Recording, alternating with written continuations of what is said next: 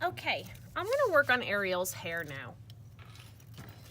So going back to my sketch, as always, this is very important. I'm going to be cutting out the whole shape around her hair so that her body can sit on top of it, as well as have the hair overlap her face. So I'm gonna be using two different tones of red. I'm gonna start with the light red and then also use the dark red.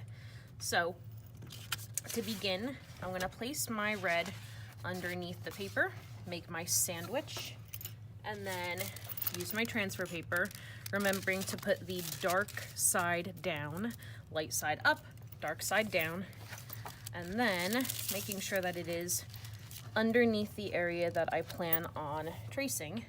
I'm going to trace over, using a pencil, all of the details of Ariel's hair. Now you can add more later, you can add everything now, but for right now, I just need to know where the hair is going to go.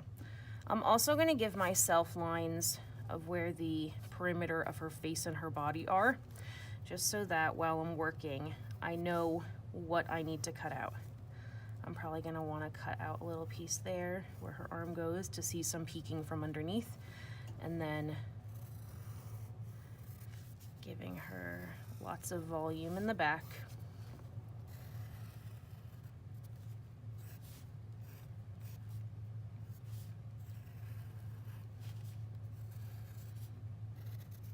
Doesn't hurt to trace over lines more than once. Better safe than sorry. And then the rest of her body, I don't really need to know any information of, but before I move on, I'm gonna hold the paper down so that I don't move anything. And that looks pretty good to me. I'm gonna peek, check. Everything looks perfect for what I'm looking for right now, so I can remove the paper. So I'm also gonna double check with my image. I'll show you how to get rid of that little mohawk in a moment. And it looks like her arm is gonna fit nicely when I get all of her hair happening over there. That should fit nicely. And what I'm gonna do now is I'm gonna cut out her hair at the same time as the darker color, because I'm gonna create a layered effect. I'm gonna cut away some of the top color to reveal the darker color underneath to give it dimension. So going through to make sure that I can clearly see my lines, I'm going to retrace all of the lines that I plan on making cuts of, or even don't make cuts of. You can change anything, this outer line, if I want to refine it a little bit right now. Maybe give her a little more wisp to the side. Change her bangs.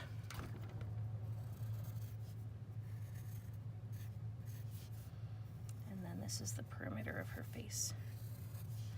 Again, I can go in later and add more details, but for now, I'm gonna cut out my paper to be a little bit smaller before I go in with my X-Acto knife, because I don't need all of this other paper. I'll hold on to it because I'll be using it later in my project, but I don't need to carry it around as I'm cutting right now. So I have signed out the turquoise number 3 X-Acto. When I'm done using it, I'll return it to the bin. And then I'm just gonna go along and cut straight through this line. Her arm is gonna overlap that area. Making sure that I hold the papers together, holding the blade at an angle and cutting towards myself. So this should peel up nicely. I'm gonna cut this little part away because I don't need it right now. And then I'm gonna continue around the outside of her hair.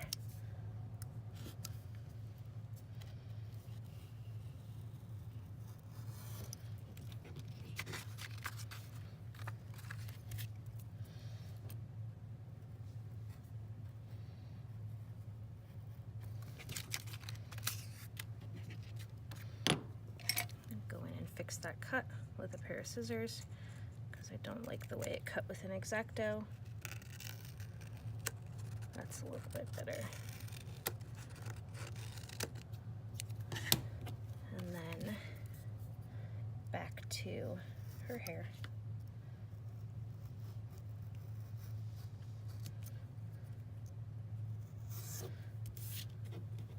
I like to cut away sections just so that I can get a good eye on the lines I'm doing.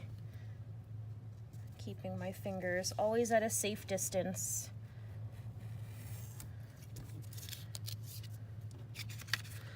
Trying to keep the paper together as best I can. And I'm almost there.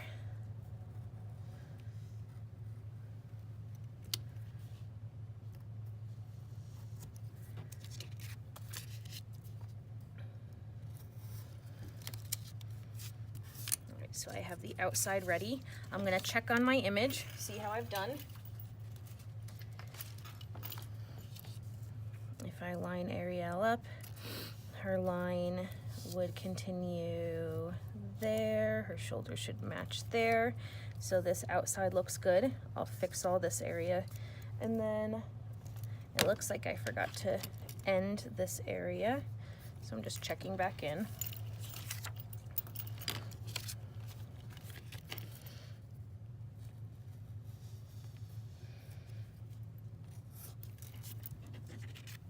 Now, because her hair is gonna live both in front of her body and behind her body, so it'll live in front of her body when it comes to her bangs, so it'll live in front of her body when it comes to her bangs, but it's gonna live behind her body when it comes to the area that drapes down her back. I'm gonna have to do some slit cuts.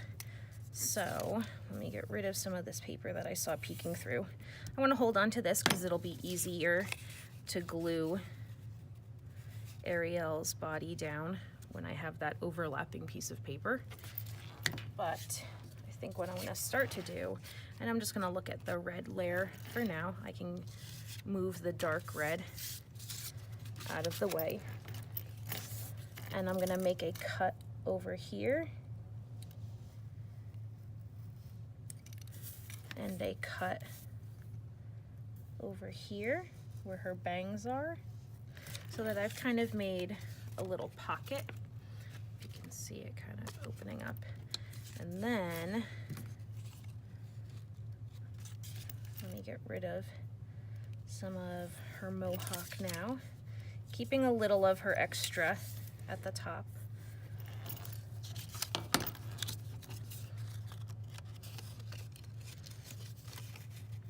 Slide that in, and now her hair overlaps and looks great. I'm very happy with that. So now your next step, if you want to create dimension and see some highlights and some lowlights, what you can do is going through and marking out some of your areas. I'm going to cut out little slivers. So that means just small sections. Very carefully. And then maybe another one over here. You don't have to do as many as I'm doing, but I just like to show you a few. This is a great technique to use with water.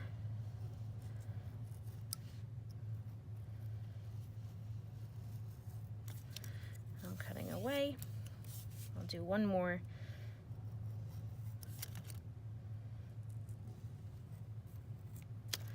And then